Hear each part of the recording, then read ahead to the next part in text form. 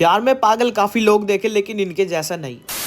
आज मैं पतंग उड़ा रहा था और मैं इस ढेंचू से बोलता भाई मेरी चरखी पकड़, लेकिन भाई वो मेरी सुनता ही नहीं है क्योंकि वो किसी और की सुनने में बिजी था। और भाई यही हाल इस चाय का भी था। मुझे तो ऐसा लग रहा है ये दोनों आपस में ही बात कर रहे हैं। और एक तरफ ये वंश लगा हुआ था दूसरों की छत पर से पतंग लाने में। भाई उन दोनों से सही तो ये ध्रुव ही है जो मेरी तरह सख्त लौंडा है, लेकिन इसके रील लपेटने का स्टाइल मुझे थोड़ा कैजुअल लगा। भाई ऐसा लग रहा है जैसे अपने गोडे पर दर्द की दवाई लगा रहा हूं। फिर तभी मौसी आ जाती जो हमसे चाय पीने की बोलती है, मगर हम पीने से मना कर देते क्योंकि हमने ठान लिया था अब सीधा रात को ही नीचे उतरेंगे।